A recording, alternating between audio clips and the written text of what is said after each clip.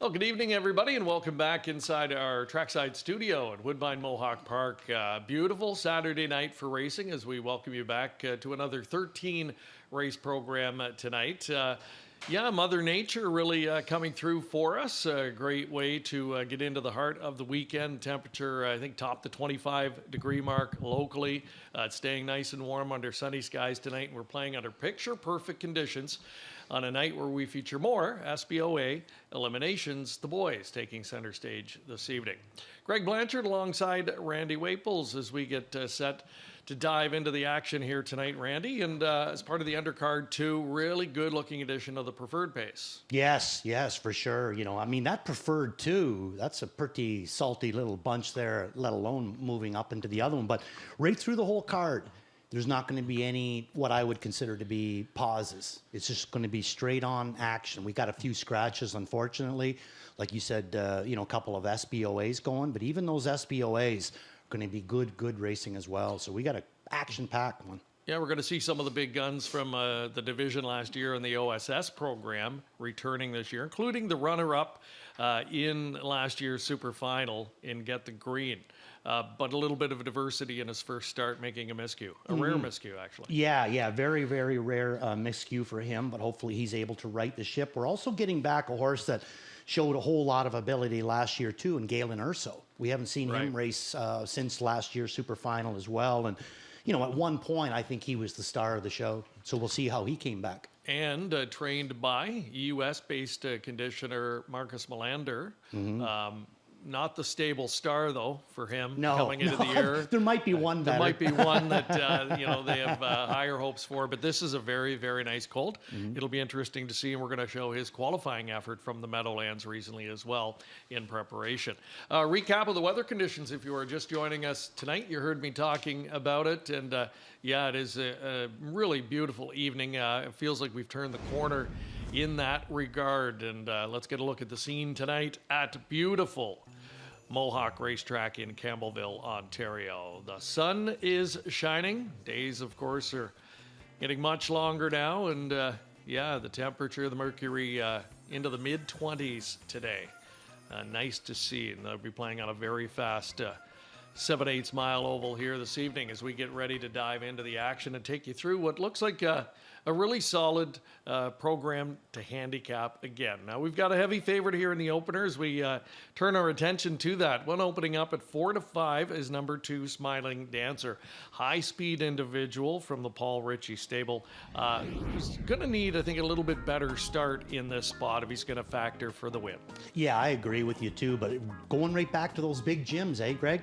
I mean, I think that we could be seeing a lot of big gym before 2025 is over and done with. I got Smiling Dancer in for second. I love the way that he raced in his first start back, 25 and change on the end of it.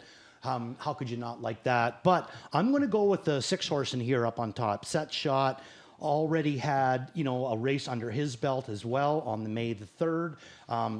Smiling Dancer finished 5th in there in against Light Up the World, the same race. Set Shot finishes 3rd in here. Now, Set Shot paces home 26-1, but I think that he had a little bit of a different reason why pacing home in 26-1 is that he had some horses out in front of him. So you can see Louis here at this point. James is on a free roll with Light Up the World, and Jody in the deuce with TA Casey Crunch. Jody makes a move. James drifts a little bit, but more or less keeps the door sealed on Jody. And this guy here, he is making some grounds now. Really, when you think about these 2 horses, who's the only one still moving forward? That one there. So Set Shot is going to be the way that I'm going to go with it tonight. Just hoping that, with that gate speed, that maybe Louis not going to be sitting 3rd. Maybe Louis is going to be either on the chop mode or sitting in the 2-hole. Considering that you have your Doc Moore colors on, right, so you got to be absolutely. on the same plan. And considering that we both agree, Light Up the World is a very, very nice colt. So to be pressing him late in the mile in your first start of the year, I would assume Doc Moore would be pretty tickled with that effort. Yeah, and I mean, I thought that the Carl's horse raced good too, THCK, but you could tell, like, he took his shot, and his shot was over 20 feet before the wire. He was not going to get to that other horse. But if that race keeps going another 20 yards, I'm not 100% sure that Set Shot isn't able to haul down Light Up the World. And I agree with Greg, you know, watching him race last year, talking to James on his return this year. Light Up the World is really high up on the list of our leading driver, and he's quite high up on the list on me as well. So I really think that that is a good reference point. Light Up the World, like I said, I think that he's looking North American Cup bound, and he's going to be one of your top selections in there probably. And I'm not sure with Set Shot if we saw, you know, him at his very best last year. Got a little bit spotty toward the end of the year, was scratched out of a grassroots division in Hanover. But it looks to me like we're going to see a different colt here this year. Some of them winter well and can almost tell you in just one start that, you know, there may be a different horse. Maybe they've elevated their game. Right, and I'm not going to say that he's growing any bigger, but he has filled out. You can see just he's bringing more body this year than last year. All right, that's race number 1. It's the start of the early Pick 5 wager here tonight. So heavily favored early on is Smiling Dancer. I expect to see the odds board even up a little bit as we get closer to post time. Race number 2, filly and mares pacing event, 5-year-olds and younger, non-winners of 3. And Perfectly Chic's one that you want to put the focus on here. Second start of the season for trainer Pentland. Yeah, my top pick is going to be the 2, Au Jus, but I think that we need to show you this horse that finished 4th. She's not very far away from being, you know, I would say on par with Au Jus. Like, this is a really top filly, this Perfectly Chic. So I wanted to show you this one as well as, you can pretty well see what Au Jus did. She won her last qualifier, comes right back with a 26-2 on the end of it, winning effort. Now, Perfectly Chic, she shows 4th, but only beaten 3 1/4 last quarter in 26-4. But it's the way that she does it. She's passing horses on the outside. Another one to me that looks like she's growing a little bit, filled out a little bit. I love the job that Bobby and Pentland did with this one, the team up together on this one. They never overdid it with her. Right again here, he's not overdoing it. She's going to come out of this race, and she's going to be full of herself, and I think she's going to be that much better. Stronger. Do I think that she's going to be strong enough to pull down Au Jus Hanover? No. Do I think that she's going to be strong enough to pull down Artie's Money, who really impressed us last week? Yes, I do. I think it's going to be an exactor in here of 2 and 5. Yeah, when looking at Perfectly Chic there, you want to look at the body language of the horse, certainly coming to the end, and the driver. Mm-hmm. And I agree, you know, Bob not overly pushing her any more than, you know, she was ready to give on that night, and 26-4 in the end. So she's gaining on them with every stride in that event. And from a fitness standpoint, I expect her to be even a bit better tonight.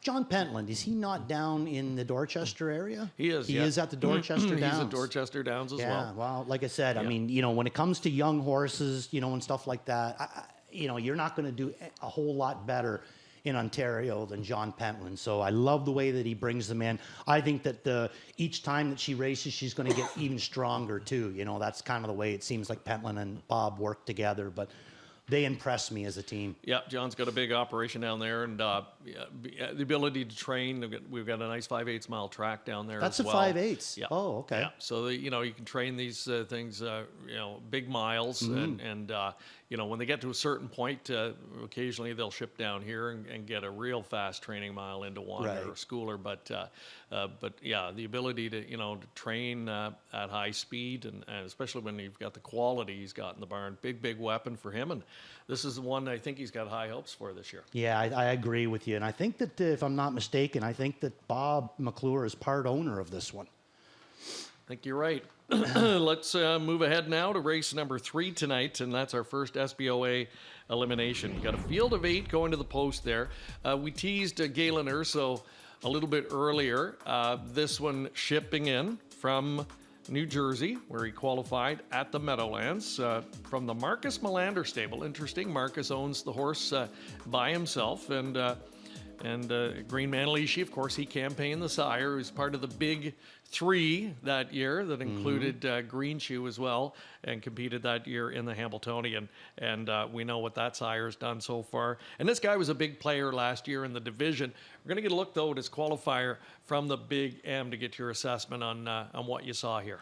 On the line, it doesn't look like he does a whole lot. The big thing that I kind of wanted to see was, again, did he fill out from that 2-year-old season? I never found him to be an overly tall horse last year, but I did kind of find him to have a real nice body-wise on him. And it looks to me like his body's filled out even a little bit more. Now, I haven't seen Marcus ask him for anything at this point.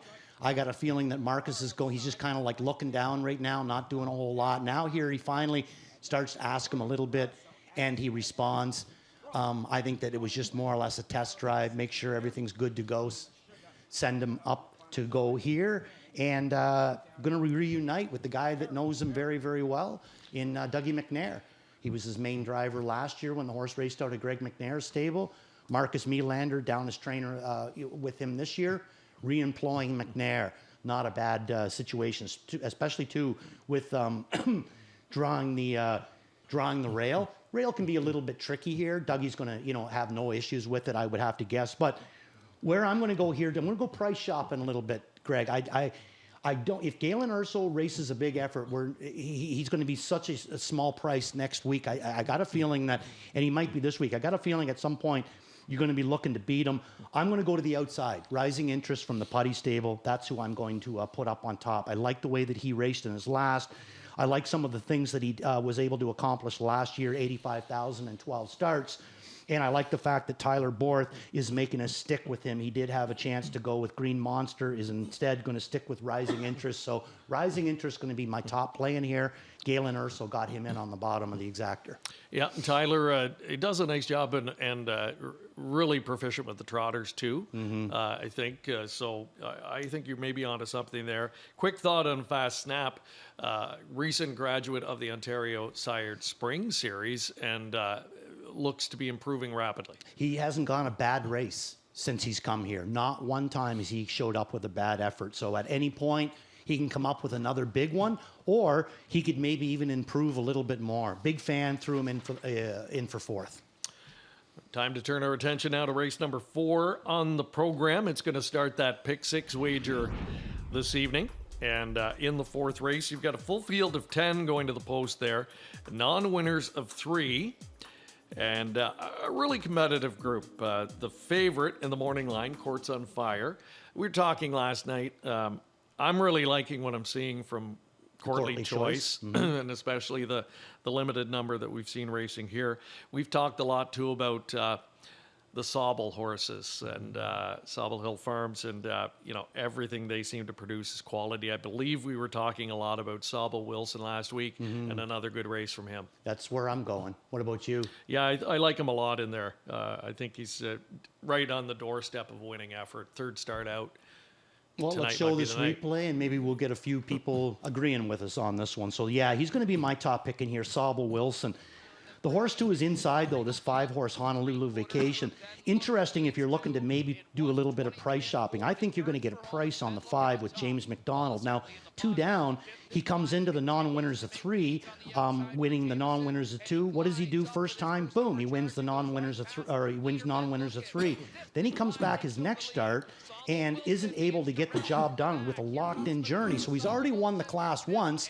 Now he's got no place to go, and I think that he's going to be good too. But Sauble Wilson, big movement on the end of it, so him. So I'm going to go 6-5, Courts on Fire, the McIntosh Courtly Choice protege there. I'm going to throw him in for a part of it. And then Wallace Hartley. Going to throw him in on the bottom. I know that wasn't a great effort in his last one, but I think that there's big room for improvement with him. And every once in a while, they'll turn him loose on the front end. And sometimes you can't catch, or you can't beat what you can't catch. That's right. And he can really throw numbers down.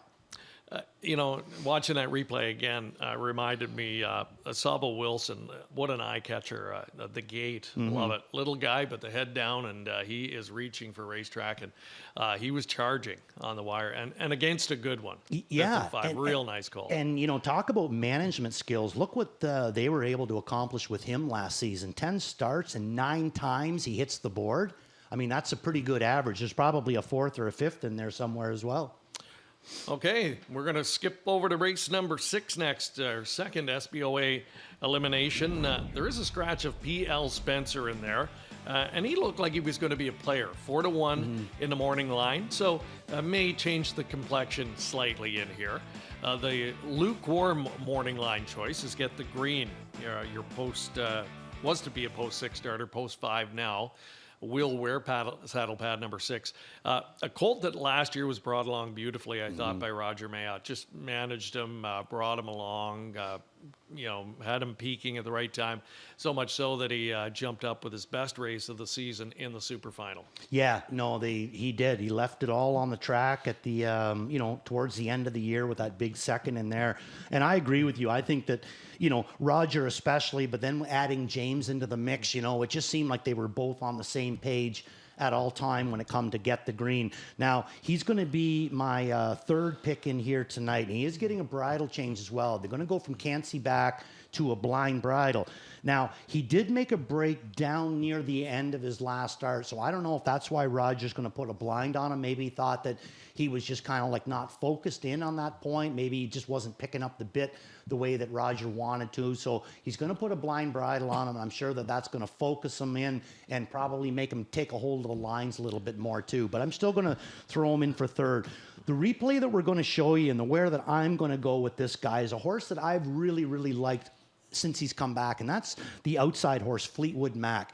Fan of Fleetwood Mac, Greg? I am a huge fan. There you go. Me too. You're talking about the band or the horse? Or the both? band first. Okay. Okay. Yeah, the band, absolutely. Absolutely. Me first. Okay, so here is Fleetwood Mac coming with Bob McClure on the outside, the knees taped. Now, right off the bat, you're going to see, wow, this is a big, big horse here right now. And this is only his second start back. His first one, he was second in the spring final or the spring series. Now this is the final. He's way to the outside of the track. Now, you tell me, if this horse is able to keep a straight line, where does he finish? You know, because he's really the only one making momentum, and half of his momentum was heading to the right. Number one, I think that this horse that win the final, this Modelo Gold, is going to be one of our top 3-year-old trotting colts this year, this horse at Dagfin. This guy, to me, made gains on Modelo Gold. And I think coming out of the Sean Stacey barn, I think that they're going to have that drift corrected or try to have that drift corrected. You know, they've had a week to work on it. And I think that if they can keep him in a straight line, I say that he is going to be, you know, and a big horse like him, usually big horses, the more starts they get, the tighter they get, the more fit they get, you know what I mean? They keep a straighter line. To me, that maybe it was just a horse that was drifting a little bit, but either way, I think that Sean's going to have it corrected. Yeah, I was going to ask you, in you know, this calls for speculation, so just what you think might be causing, like when you see a horse do that, what do you think it usually leads to that, and then what types of things would you do to try and correct it? Well, sometimes it's a soreness issue. It can be something as small as just, you know, the track was a little firm and he was recently shod. You know, that's a big thing that in our game there used to be a thing where you wanted them sharp shod. You wanted them raced with brand new shoes on, but they kind of got away from that, especially with trotters. Now they more or less want to race a trotter in a set of shoes that he's had on for, you know, a week to 10 days. You know, they not sharp shod anymore. So that could have been part of it. Or maybe it was just a simple case that, you know, he was getting a little bit tired, second start back, and he just kind of started to drift. A lot of horses do that. But what makes me think that it wasn't a drift, a tired drift, is the fact that he drifted and then he stayed in the same spot. So that much makes me think that maybe he just blew the turn a little bit. Maybe the inside foot was bothering him. Either way, I have big... all the faith in the world in Scooby, Sean Stacey, that he's going to have this guy on his game. Favorite Fleetwood Mac song? Oh, there's too many to mention. You give me yours. The Chain. Really? Yeah, I love that song. No way. Yeah. Wow, there you go.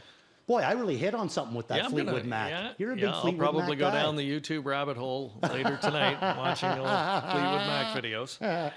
Let's move on. Race number 8's where we go next. This is a good one. Fillies and Mares Preferred draws a field of 9 this week. Odds on Platinum recently returning into the mix. Century Jamila has worked her way up and become a major player in this particular classification. And Tells on a Roll back into the mix as well, and we would expect her to have an impact tonight. I'm hoping that's the route that I'm going to go in this race. I had her up on top in her last start there. I loved the way that she qualified. I thought that she was bang on. So I put her up on top last week, and I can't say that I was disappointed. Travis did the right thing by her. You know, he didn't over-race her, and I think that that's what's going to bring her into this race even stronger tonight. So Tells on a Roll. We're going to go back to her, and we're going to show you the replay in that last mile. Now, this is interesting, too. Before we roll that replay, Greg, this replay, we're going to get a chance to see the 1-horse Lions Better Day in this race. The 2-horse Tells on a Roll. She's going to be our focus. The 5-horse Caviar and Crackers, who wins this race on the end of it. The 6-horse Century Jamila, who in my opinion was a strong locked in. And the 9-horse Odds on Platinum. So let's roll this. We're going to see pretty well the whole spectrum here right now. I can see Lions Better Day sitting at the back of the pack for James McDonald, and that is the 5-horse, or going to be the 9-horse Odds on Platinum up on top for Louis Wa. So here's a bunch. Now you can see McClure down in the pocket with Century Jamila, and this isn't just going to really work for him. Century or Caviar and Crackers making a big move on the outside. And here comes Tells on a Roll down in through the middle. Not a whole lot of action by Travis. Again, I think that she needed the race, and that I think that if he turns her loose and gets her into a real good spot, like I say the 2-hole or 3-hole, and she doesn't have to do a lot of work, I think that she can get the job done. She's raced against what I would consider to be our best Grand Circuit fillies and was able to get the best of them at certain times last year. Has come back off of that layoff. I'm going to try to nail her down tonight at a price. Razor thin margin between finishing 4th or 5th in those races and winning. And great replay. Yeah, Caviars and Crackers, prime example. A few starts back, not quite as sharp, and only, and I say only, coming home in 27 seconds in those races, not good enough. Yeah. Home in 26 seconds on the end of it in the last couple, able to go by and get the win. You just have to have your A game, don't you, at this level? It is. Right? And, we showed you basically the replay of 5 horses that all raced fantastic last week. Who's to say that Collusion Hanover coming out of the Graduate, who raced phenomenally good, and who's to say Grit and Grace, who seems to be the new it girl in town, she's moving up into this class. Both of those two are moving into this class with vicious form. So we got a pretty deep race in this one. Yeah, excellent field of the Fillies and Mares Preferred tonight.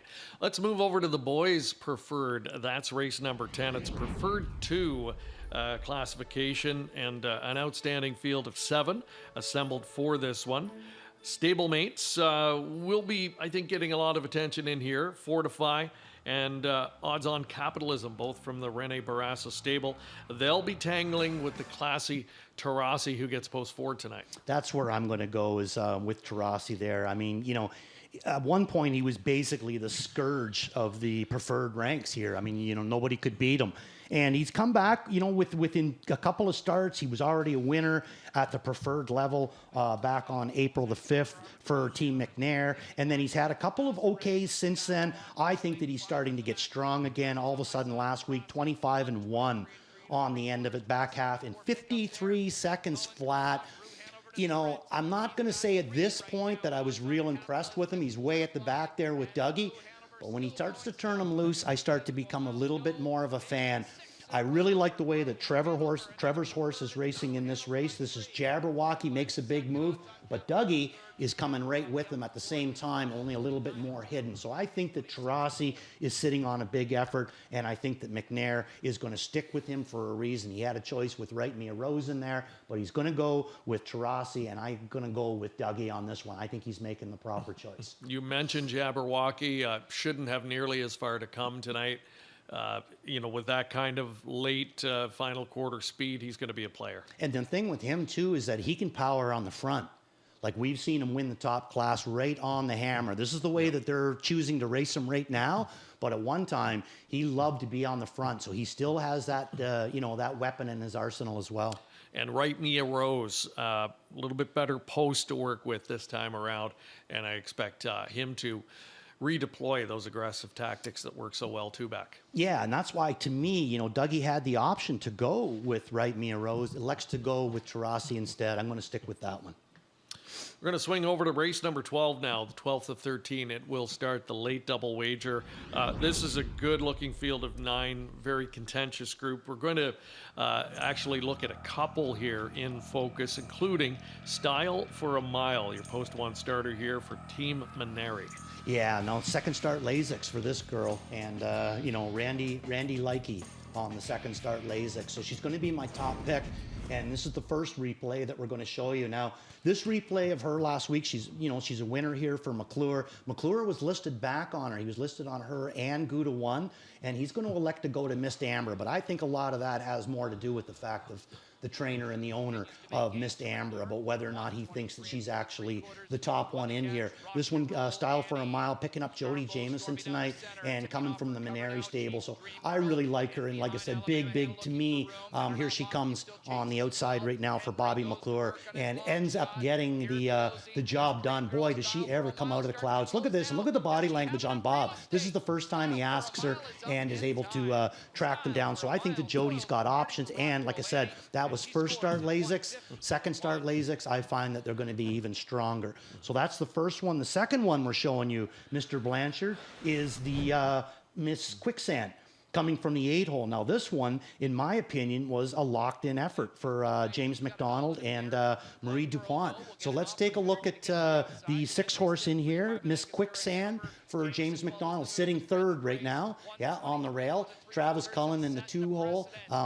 That's setting a precedent, I think it is, up in front for Dougie McNair. At this point, James still just no place to go with this Miss Quicksand. Finally gets her out here, but I mean, the momentum is basically stalled. But hey, she still keeps coming forward. She's really one of the only ones that do, and that's on a stalled momentum. I think that it was a good effort, and if James had just left her on the inside, I would have said, she doesn't really have any go. He was trying to get her to the outside, so in my opinion, James thought she had go as well. Certainly, they got the class to compete with these. Style for a Mile, the one that last week, I know you picked her last week, and watching that replay again, it looked like there was a point where she's not even going to be in the top 5. Yeah. It just looked like she was flat and not going to fire. And then late, now others coming back to her a little bit, but she just kept going forward and was getting stronger at the end of the mile. So yeah, second start Lasix tonight. Big angle for Randy, and he likes that one a lot over in race number 12. So let's go back. Let's have a look now at the early pick 5, the popular early pick 5 wager here at Mohawk Park. And Randy, you're going to walk us through your early ticket play. Okay, Greg. The first opening leg, this is a tough race. So I went 2, 3, and 6 in this dash here. Using the Smiling Dancer. We both like him from the Paul Ritchie stable. Time Passer. Liking this one as well, coming from Dave Maneri's barn as well. James McDonald back on him. And Set Shot, going to be my top play in there. In race number 2, tone it down a little bit. I go Oju Hanover will be my top play in there. And then backing her up with Perfectly Chic. Big fan of hers. In race 3, I'm going to hit the all button, simply because I just think that if there's a chance that maybe a few of these horses maybe don't race good, or we're talking 3-year-old trotting colts there, they could make breaks. Some of these favorites, maybe I'll catch a price, and that's what I'm kind of looking for in race number 3. Race number 4, going to go back to the single here. Sable Wilson is going to be my single, and in race number 5, I'm going to go right back to a single on the 7-horse No Control. So, fairly formful, I would have to say. Yeah, so we'll see. We'll see if you mapped it out correctly there, if you can get the price in that third leg. The race you tab as being the most wide open. Couple of singles going to try and cap it off. That's Randy's early pick 5 ticket idea. SBOA eliminations continue tonight. We've got a pair of them for the boys this evening. Now, last night, we thought there was a little bit of a disparity between the two. One looked like, clearly stronger on paper anyway. Coming in tonight, maybe more balance overall between the two splits. Not the way I see it. I see the same thing as last night. I see the first one being like okay, and I see the second one being stacked big time. If I had a horse there or whatever, I'd much rather prefer to be in that first division. I think there are good horses in them all. Yep. That second division, boy, that to me is a really, really stacked up in bunch. I kind of find that Galen Ursul's in a spot where, you know, he could potentially have things his own way. So two splits tonight, races 3 and 6 there as part of the undercard. Two really good-looking preferreds. I'm looking forward to both of these tonight. The girls, they come up again in race number 8, and then we've got the preferred pace for the boys over in race number 10. Which of those two races are you kind of most looking forward to seeing?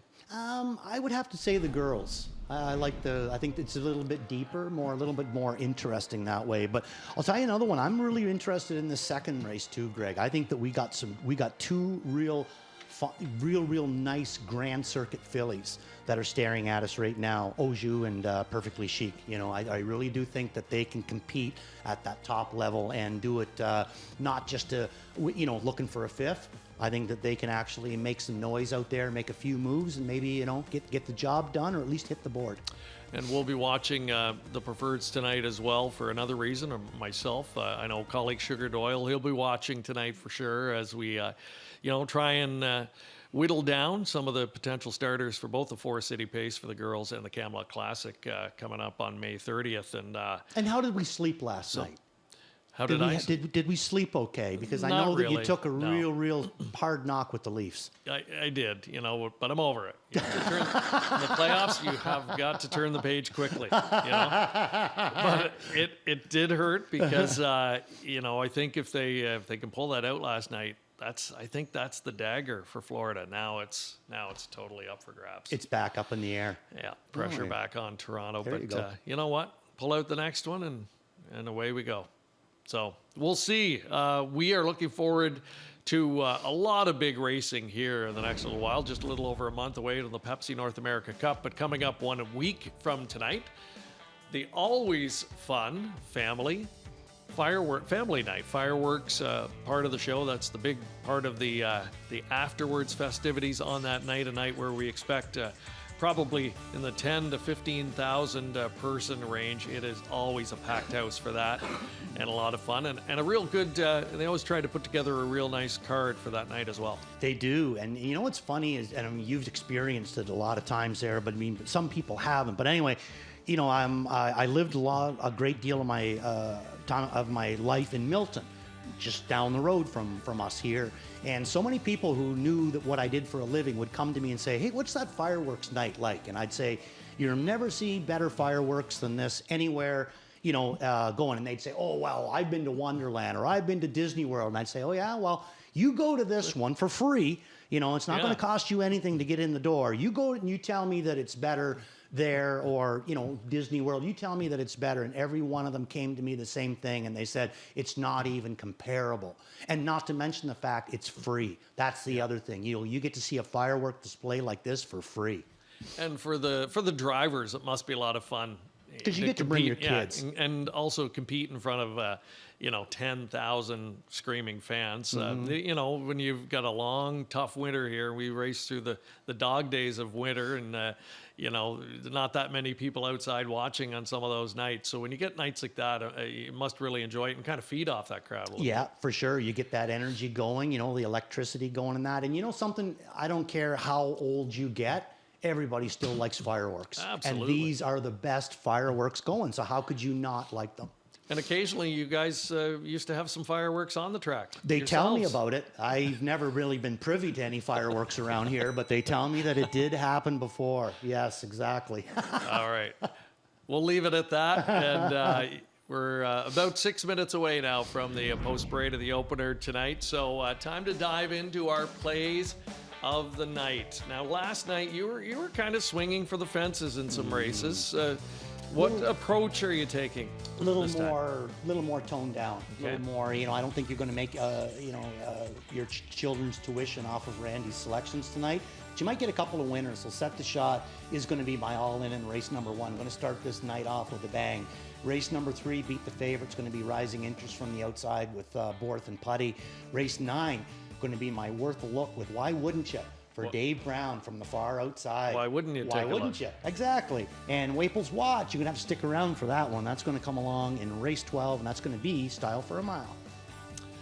And some of our other colleagues chime in. John Rallis has his spot play coming up in race 2. Miss Dutton, outside post, but you're getting 6-1 in the morning line there. Sean Patrick Nolan of Nahoo Picks likes Hazardous as his spot play in race number 7. A better post to work with for that one. And Ghislaine is honing in on Western Wish. Says she is due for a better effort tonight at I love how 5-1. Ghislaine words his picks. He always comes The up man. with some neat little Boom. word. And speaking of fireworks, yeah, when Ghislaine sends you a message on Facebook, it always has the boom emoji, the fireworks emoji. So perhaps he's a big fireworks fan There you as well. go. Great guy, great friend of ours from Quebec, and big fan of racing, of course. So yeah, we welcome everybody tonight off track around North America and beyond, and of course a nice crowd on track here this evening. It's going to be a good one. 13 races, including a pair of SBOA eliminations, a pair of preferred events as well. We'll take a break. We'll be back shortly to have a look at the field for the opener.